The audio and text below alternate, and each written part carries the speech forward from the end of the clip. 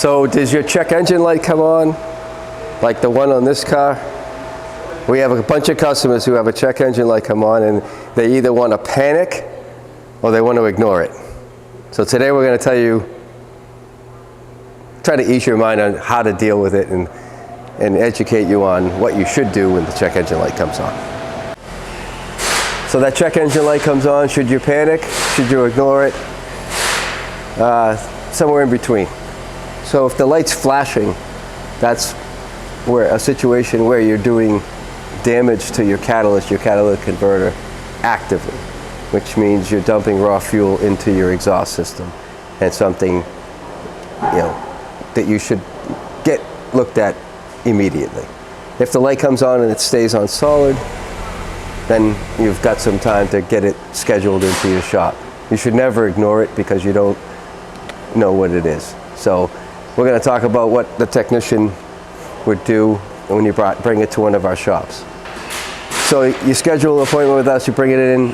First thing our technician is going to do is he's going to hook up a scan tool, which is basically able to talk to the car's computer.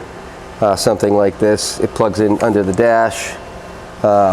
Your parts stores will gladly do this for you and then sell you a part you don't need. But think of the check engine light as you go to the doctor, he takes your temperature, you've got 101 fever, you're sick, right? Well, what's wrong with you? Do you have an infection? Do you have a flu? Do you have a virus? They got to do some tests, right? So they got to test to find out what is going on with your body, and they're going to give you some medicine to take care of that. Same thing here for us. A common misnomer is, oh, well, the computer tells you what's wrong with the car. So, oh, I've got an oxygen sensor code, so I just need an oxygen sensor.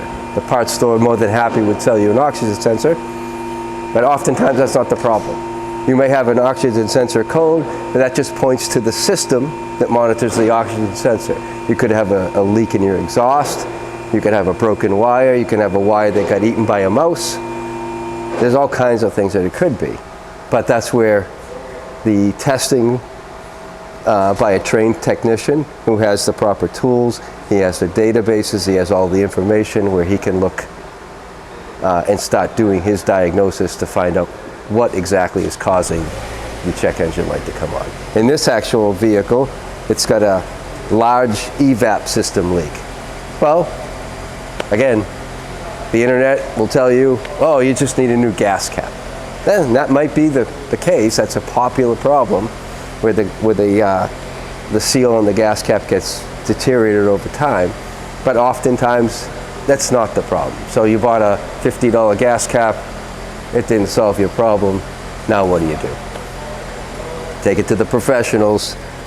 We've got all the tools and the training, and we can take care of it and save you a lot of money by not buying parts that you don't need.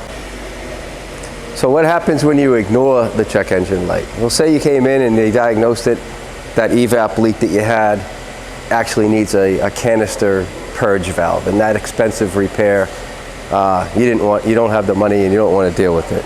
What happens? I mean, it's not going to affect the way the car runs. What's going to happen is it's going to pollute the atmosphere, and maybe you don't care that much about the planet. That's fine, but what happens when now you have a misfire or some serious engine problem? The check engine light isn't going to get brighter, it isn't going to do anything different, it still stays on. And so you could have 5 or 6 more trouble codes pop up behind the one that you're ignoring, and you'll never know that there's another problem with the vehicle.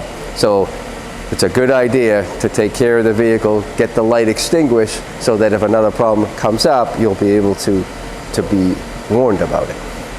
And so what happens if you just go and have somebody clear the code?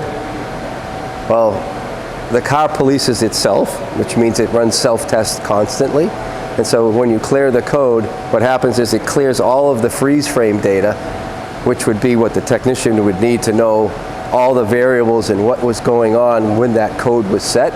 It's a very big part of the diagnosis procedure, but if somebody clears that code, it clears all of that data. And so now we don't have that data when you bring it into the shop. And the code is, the check engine light is going to come back on as soon as it runs the test again and it fails. And so in a state where, in like New Hampshire or Maine or Massachusetts, where you have to pass inspection, emissions, that if you clear it, it sets all of the monitors to not ready, which means the tests haven't run. So you can't get a sticker on your vehicle either. So clearing the code is not a solution. It should be a last resort, because it handcuffs our technicians in being able to get you a diagnosis quickly. So in closing, if your check engine light comes on or any of your warning lights come on, don't ignore it, don't panic. If it's flashing, immediately get to a service center. If it's on solid, you can schedule that in, but do not wait too long to get it looked at, because bad things can happen. And the longer you wait, usually the more expensive it gets to repair. So my professional recommendation is to get a professional to look at your car as soon as possible.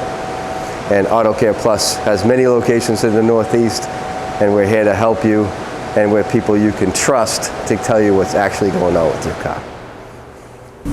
Thanks for watching. Please subscribe for more tips and tricks just like this.